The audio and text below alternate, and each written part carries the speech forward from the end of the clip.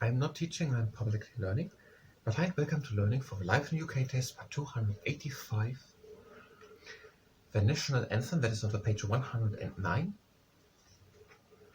109, while doing Pilatic leg training, and if you participate in Pilatic leg training, that is at your honors. Let's start with the first exercise. The exercise has the name Shishio Doji.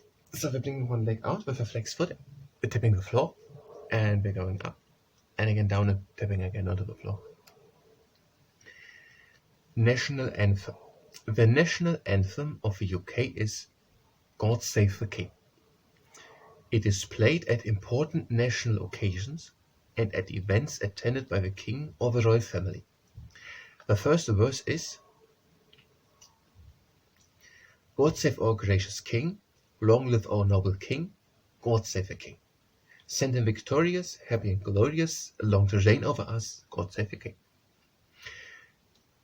So the national anthem of UK is God Save the King. The verse is God Save the King. So that's the name of it. God Save the King. It is played at important national occasions and events attended by the King of the royal family. So if there is an event where the King or the royal family is attending, then that music is played. And also by other important events, one can hear this anthem. Its title is God Save the King, and the first verse of it, so it's a bit longer, is God save our gracious King. Long live our noble King, God save the King. Send him victorious, happy and glorious, long to reign over us, God save the King. And we're changing the leg. So God save our gracious. Let's go over to understand why. I cannot just read it. I have to explain everything. So God save our gracious King. I actually don't really know what the word gracious means. So God save our gracious King. It means that God, the Christian God, should save the King.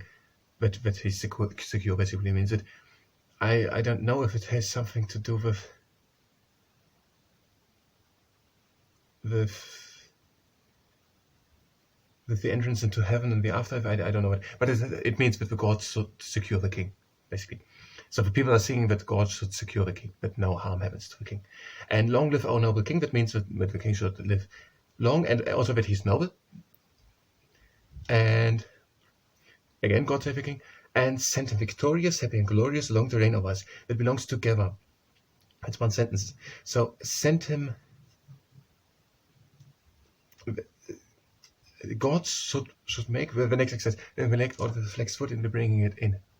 And so that God should send the King to be victorious, so that the King should win battles and also in a normal life, that the King should be victorious,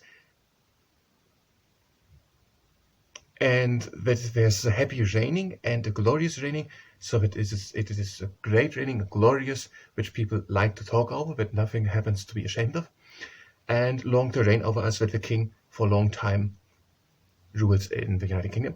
And then again, God save the King. So, God save our gracious King, long live our noble King, God save the King. Send him victorious, happy and glorious, long to reign over us, God save the King. Next leg out, and the same again, bended knee. Flex foot and bended knee. So, a new citizens swear or affirm loyalty to the King as part of a citizenship ceremony. Why using an or? So new citizens are either swearing or they are affirming. How would someone affirming loyalty without a swear? So new citizens swear or affirm loyalty to the King as part of a citizenship ceremony. And there are not two sentences. Which are they? So the people who are becoming citizens, so some people do that after the test, they are then, I don't know if directly to the King or something like that, they are then saying these two sentences, and that is a swear or an oath here, then the oath of allegiance and the affirmation. Oh, that is what I mean. I mean the oath of allegiance and the affirmation of allegiance. Let's read, maybe we find out what it is. The next exercise, the hammerhead shark exercise, the knee out, the leg out, bended the knee, the flex foot, and we bring it up and down, up and down. Maybe the people can choose what of it. Let's read them and then speculate. But I wanted to explain basically what we have. So even if it's not completely true, we can go back, but we will understand it way better if we have it first. So when the new citizens become citizen, maybe after this successful test, when there is a ceremony and they are then saying these two sentences, one of the sentences, something like that, and with them they are giving their allegiance to the king, and also the affirmation of allegiance, something like that. And that is either directly to the king or to someone representing the king, something like that. And this word is basically saying the sentence, and that it's really meant. It is an oath in this word. It's not just said, it's a swear, it's an oath. So it's really serious. That should not be broken. No. So the first one is the oath of allegiance. And I don't know if now both, but I think the oath would make sense if one of them do. Let's read them and then look if it would make sense with just one of them, if the people can choose. And now I think I'll leg out, bend at the knee, and flex foot and bring it up and down. The oath of allegiance is I, and then should come the name. So I swear by Almighty God that on becoming a British citizen, I will be faithful and bear true allegiance to His Majesty King Charles III, his heirs and successors, according to law. Okay, let's read the second one. Affirmation of allegiance. I, when the name, do solemnly, sincerely and truly declare and affirm that on becoming a British citizen, I will be faithful and bear true allegiance to His Majesty King Charles III, his heirs and successors, according to law. So there's the difference. The first one says, by Almighty God, but on becoming, the second one says, I do solemnly, sincerely and truly declare and affirm. Maybe the difference is something that would make a lot of sense. But why is the second one not an oath? But they are both sworn? And the next exercise, the leg out and bring it to the side, while I'm in the air. So basically, they are saying both the same. The first one uses Almighty God, and that would be a Christian God. So that would be maybe a problem for other people with other religions. Because in the United Kingdom, other religion can also live. So that could be a problem for other people with other religions. I think that is the only difference here. I swear by Almighty God that on becoming a British citizen, I will be faithful and bear true allegiance to His Majesty King Charles III, his heirs and successors according to law. I do solemnly, sincerely and truly declare and affirm that on becoming, I will be faithful and bear true. Yes, it's completely the same. Just the one is with a Christian God and the other one is solemnly, sincerely and truly declare. Why is the one an oath and the other one not? They're changing the leg. But I think they have the same meaning. They should have the same meaning. We're using the same words, so they are intended to have the same meaning. But why is one an oath and the other one an affirmation? Okay, whatever. Let's read it in detail again. I, and then the name, so John or whatever.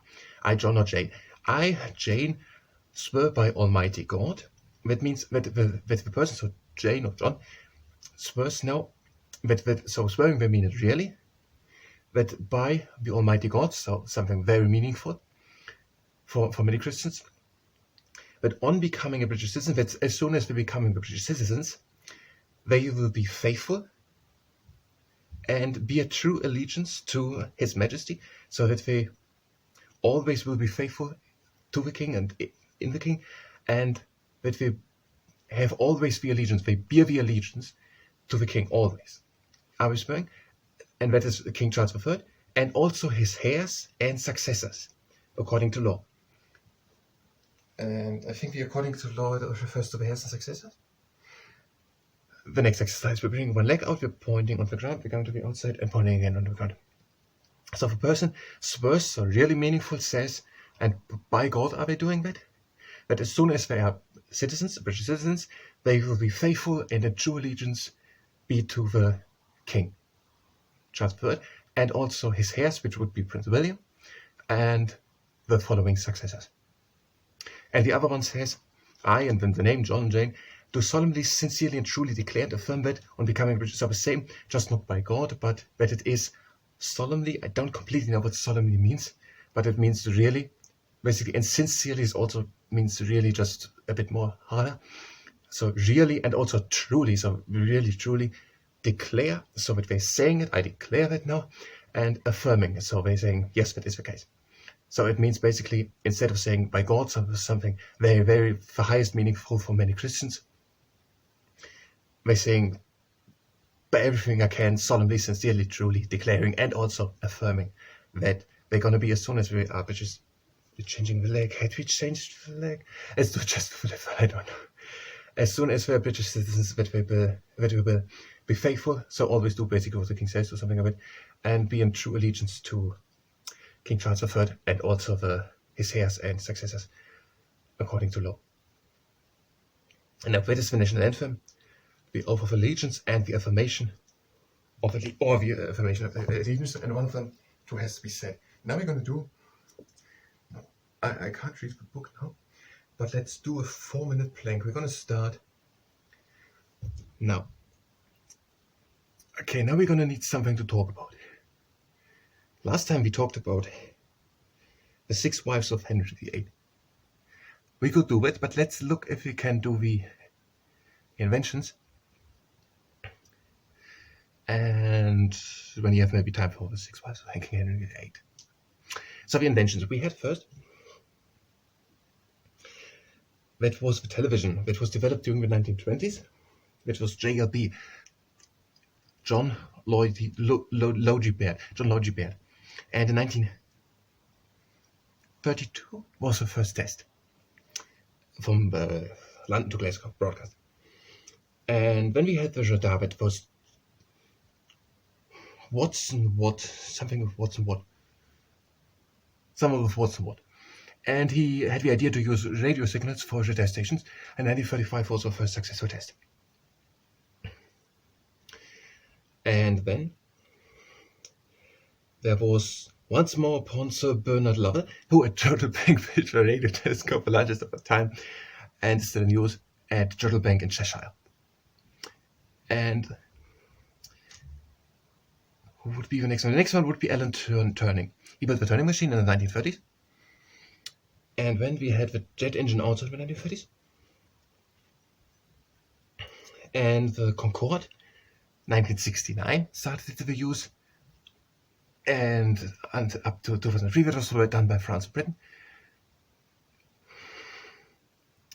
In 1953, the structure of the DNA was at Cambridge and London University or something like that, found or whatever. And the person rewarded was Francis Crick. And then the other one was Francis Crick, and this was Sir Walter Raleigh. There's something about Sir Walter Raleigh exists as a poet. Okay, I can't get it. Sir Frank Whittier, something like that. He made the jet engine. Something like that. Jet engine. And when we're having James Goodfellow, he did the cash dispensing ATM machine in 1967 at Barclay Bank in London, in East London. When we had 1978 the IVF fertilization, and then we're having Patrick Steptoe and Sir Robert Edward doing that. And when we had in 1996 the Dolly the Sheep cloning, Keith Wilmot, something like that, and cloning Keith Campbell, Sir Wilmot Allen, or something like that. And when we had in Christmas 1990 the WWW, the World Wide Web, and that was Sir Iron, something like that, Sir Tim Berners-Lee. And when there was one in the middle, that was the one with Peter Field here, many fields, Sir Peter Mansfield. He goes with his MRI machine over many fields and finds coins. No, that's it. These are inventions, I can't remember 1, 2 names, but mostly. And so the 6 wives, they are Catherine of Aragon, Anne Boleyn, and after Anne Boleyn, Jane Seymour, then Anne of Cleves, Catherine Howard, and Catherine Parr. No, we're doing 12 seconds, I'm not going to start anything new anymore. So we're just waiting.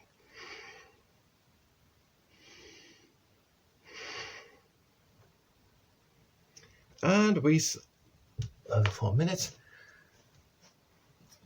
I got to know something, stretching or something a bit, but I thank you very much, and until next time.